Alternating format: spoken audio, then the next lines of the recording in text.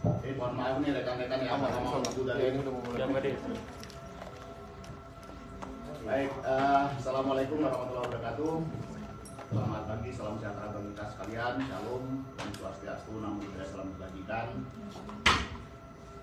Terima kasih kepada rekan-rekan media yang telah hadir di markas Pom Dam Jaya ini untuk bersama-sama mengetahui perkembangan dari proses hukum yang dilakukan oleh Pom Dam Jaya terhadap masalah yang kemarin menjadi perhatian kita bersama, yaitu penculikan, pemerasan dan penganiayaan yang akhirnya melibatkan 3 orang oknum prajurit TNI, baik yang berasal dari Satuan Pas Pampres maupun yang berasal dari Satuan TNI Angkatan Darat. Perlu saya sampaikan di sini bahwa kasus tersebut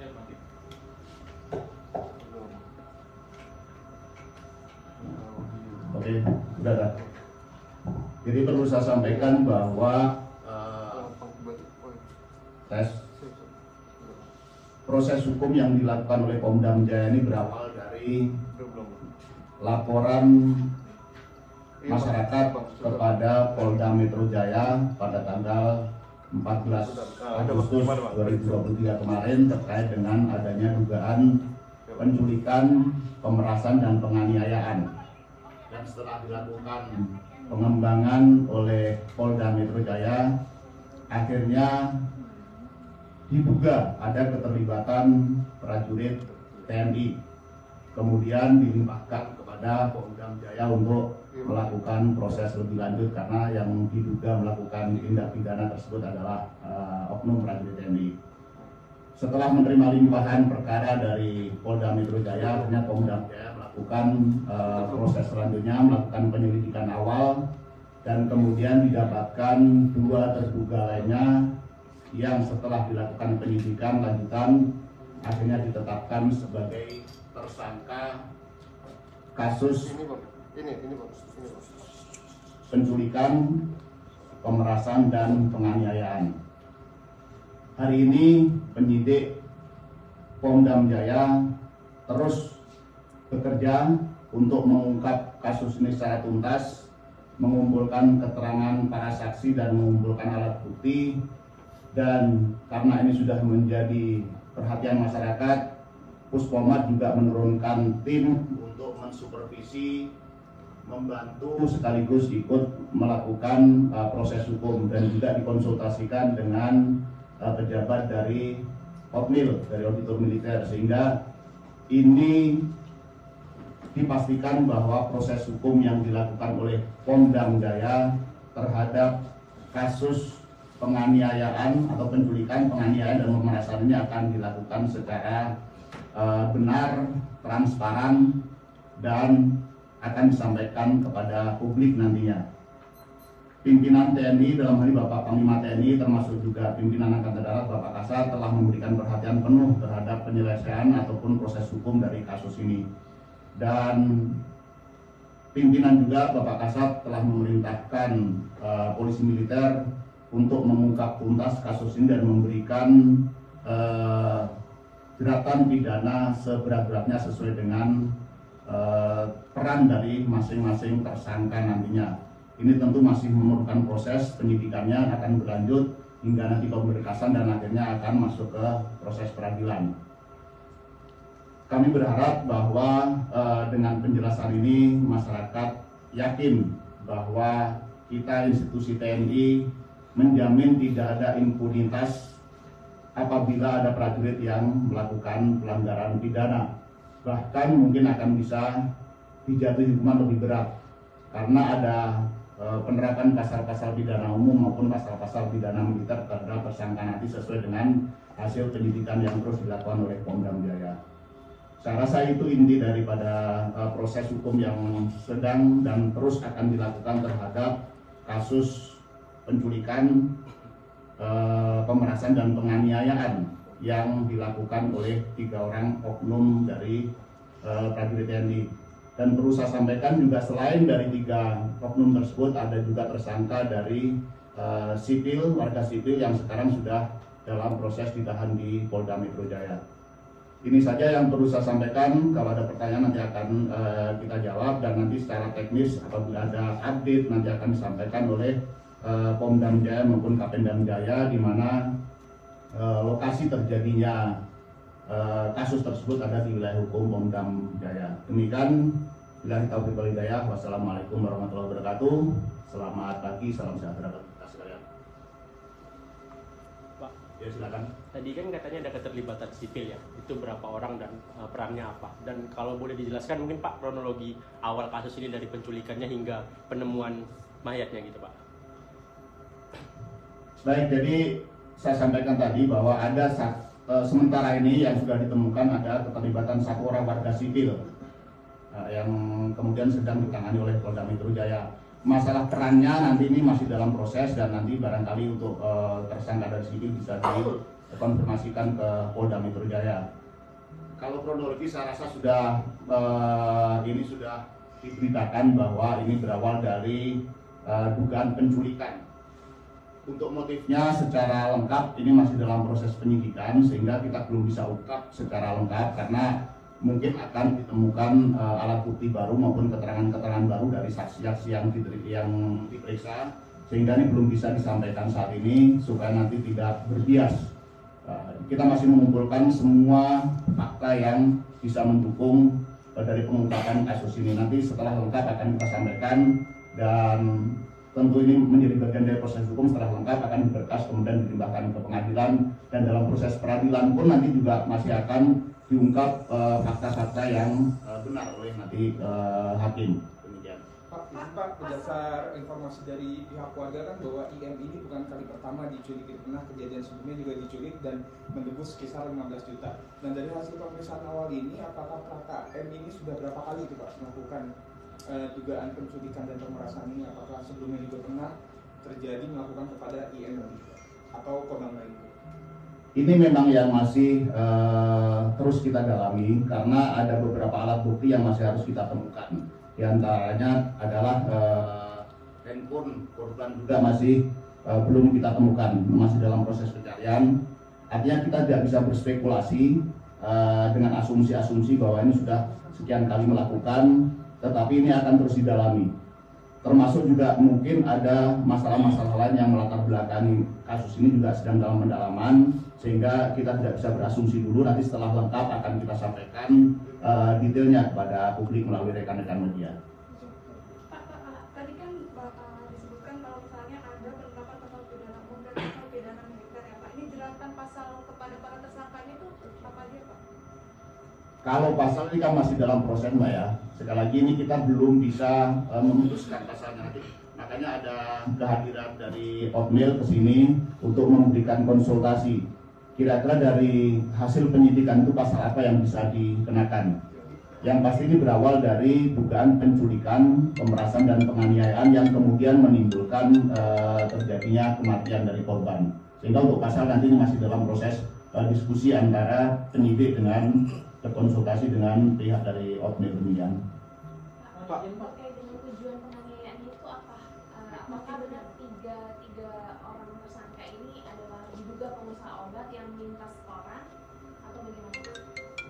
Sekali lagi Mbak ya, ini saya ulangi lagi bahwa proses penyidikan masih berlangsung. Kita masih terus mengumpulkan keterangan dari saksi-saksi dan alat bukti yang memang masih perlu dilengkapi juga untuk mengungkap secara tuntas. Yang saya sampaikan tadi, apakah ada latar belakang yang lain, apakah terkait dengan obat-obatan atau hanya sekedar penculikan di latar belakang oleh ekonomi dan sebagainya, ini masih terus diungkap oleh penyidik.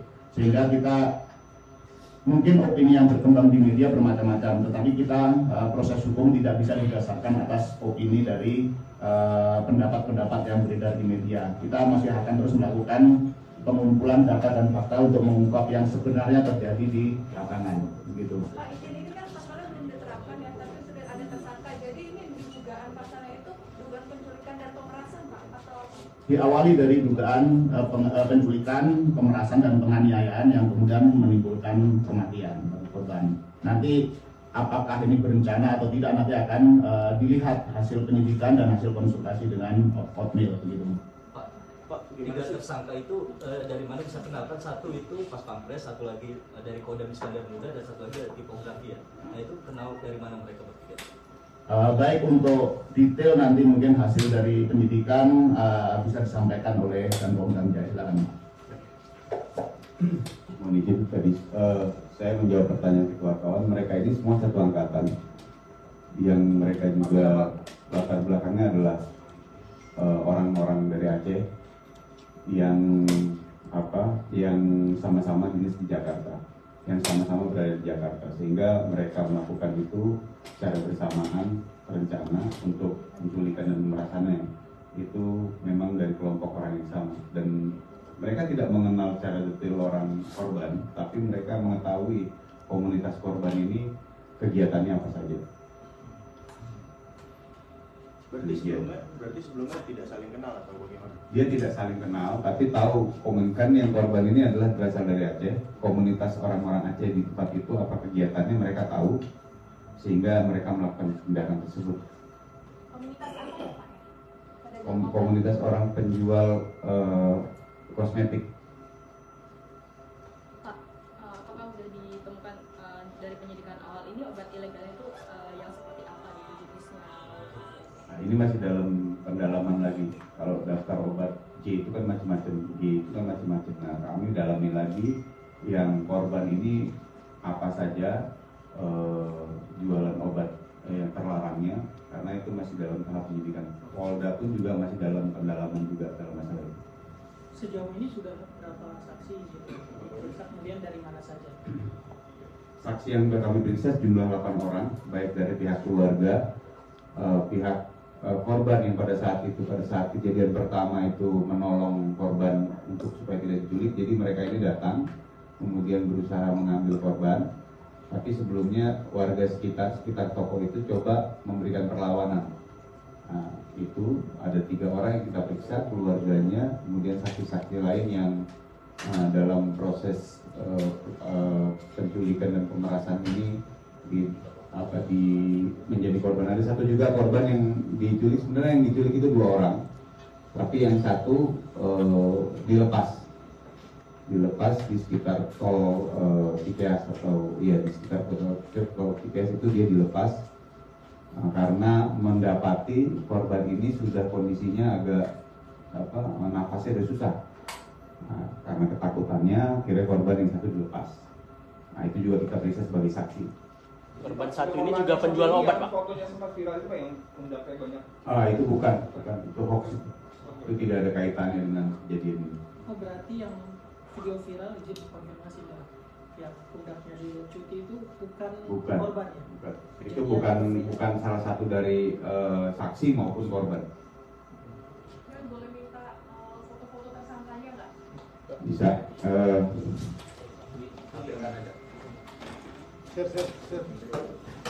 Ini korban ulangi tersangka atas nama Prakaji. Bang Thomas izin ya. Prakaji. Ini proses pemeriksaannya. Ini pemeriksaan Praka RM.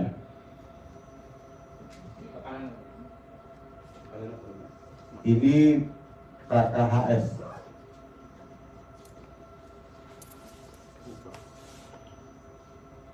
Ini Praka RM.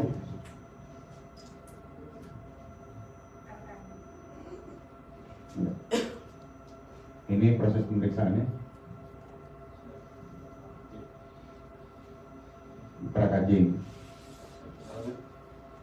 Baik, saya rasa teman-teman media untuk sementara ini keterangan awal yang kami sampaikan cukup, karena ini proses masih terus berlangsung, dan nanti apabila ada update nanti akan kami sampaikan, dan tolong hubungi ke saya nanti satu sumber supaya nanti proses tidak membias. Dan Pak Amin dikit Pak, Thomas dari Kembaran mau tanya Pak, ini kan yang udah jelas meninggal kan itu adalah si imam ya Pak.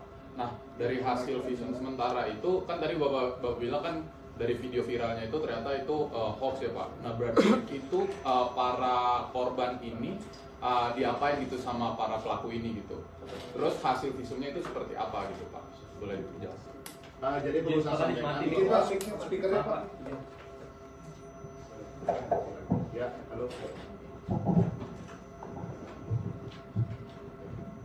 Jadi perlu saya sampaikan bahwa hasil visum maupun otopsi sampai dengan saat ini masih belum keluar, sehingga kita masih menunggu, dan saya mengimbau teman-teman media untuk tidak terpengaruh oleh mungkin video-video viral ataupun gambar-gambar yang tersebar melalui media sosial yang belum bisa dipertanggungjawabkan kebenarannya.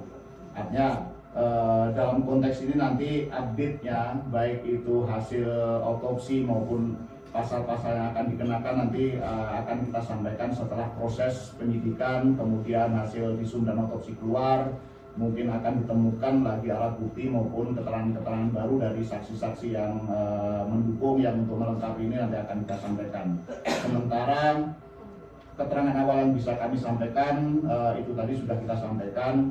Dan sampai dengan saat ini Pomdam Jaya di bawah supervisi Puspomat yang sudah menurunkan tim juga dengan konsultasi dari Otmil Jakarta ini terus melakukan proses lanjutan dan memastikan bahwa proses ini akan diusut secara tuntas, termasuk apabila nanti mungkin ada tersangka baru dan sebagainya nanti akan kami sampaikan.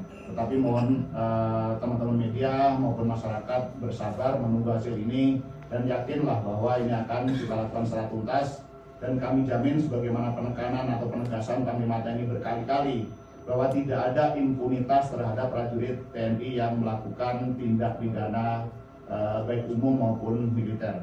Bahkan sekali lagi mungkin bisa lebih berat karena dua pasal pidana umum maupun pasal pidana militer akan kita terapkan. Sudah ya, saya rasa sudah cukup. Nanti berikutnya akan kita sampaikan, dan tolong hubungi saya apabila ada pertanyaan-pertanyaan. Saya akhiri, bila kita berhidayah. Wassalamualaikum warahmatullahi wabarakatuh. Salam sejahtera bagi kita sekalian.